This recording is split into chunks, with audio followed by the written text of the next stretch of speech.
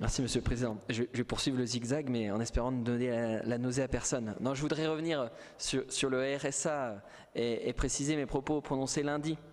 Et c'est vrai que l'utilisation de la terminologie travaux apparaît en effet malvenue, parce qu'en plus je ne souhaitais pas du tout m'inscrire dans une logique punitive faisant référence à une sanction. J'y avais même pas pensé en plus, j'avais pas fait le rapprochement. Au contraire, c'était plutôt dans une démarche positive, c'est pour ça que je retire sans souci le terme de travaux.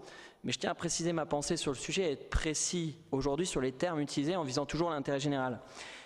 Je suis favorable à ce que notre département prenne ses responsabilités et applique de nouvelles solutions. On a parlé tout à l'heure d'innovation sociale, en proposant aux bénéficiaires du RSA qui le peuvent la réalisation d'une activité bénévole qui pourrait être d'une moyenne de 7 heures hebdomadaires.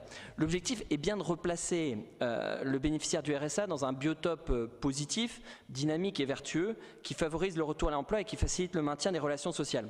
Alors, certaines personnes vivent uniquement du RSA, vous le savez bien, sans autre perspective, et certains c'est depuis des années, et alors même que cette prestation, lorsqu'elle a été créée, se voulait novatrice en favorisant le retour à l'emploi. Et finalement, cette prestation, on peut le constater aujourd'hui, n'a en effet pas fait diminuer de manière significative la pauvreté. Elle a même plutôt progressé, c'était d'ailleurs le thème hier. Et je pense qu'il faut qu'on entre dans une logique de gagnant-gagnant. Ce ne serait pas la seule solution, mais ça pourrait y participer. Et ces deux axes se combinent afin de promouvoir le bénévolat pour tous et le pouvoir d'agir citoyen.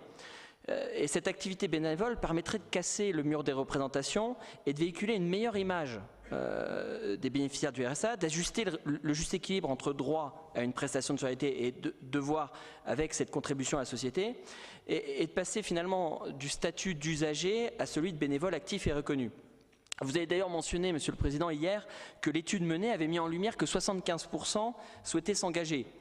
Et nous pourrions aussi prendre en considération les deux freins que vous avez évoqués, à savoir la mobilité et l'accès parfois mitigé des structures.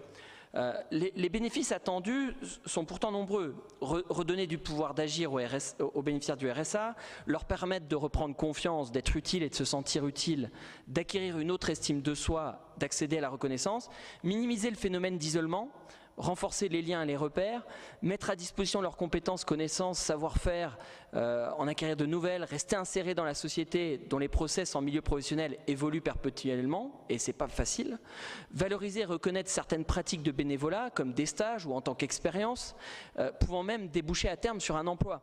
Et l'objectif est de ne pas déconnecter du monde du travail et des autres. Alors nous pourrions instaurer ce dispositif de service individuel bénévole que pourraient effectuer les bénéficiaires du revenu de solidarité active auprès d'une structure telle qu'une association, une collectivité, à raison de cette moyenne de 7 heures hebdomadaires.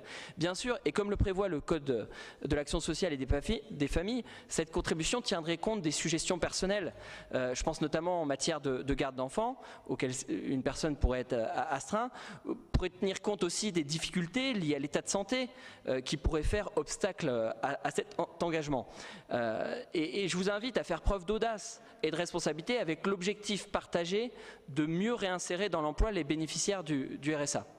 Cela étant précisé, mais je pense que le débat se poursuivra, nous voterons contre ce rapport, le groupe de l'Union de la droite et du centre.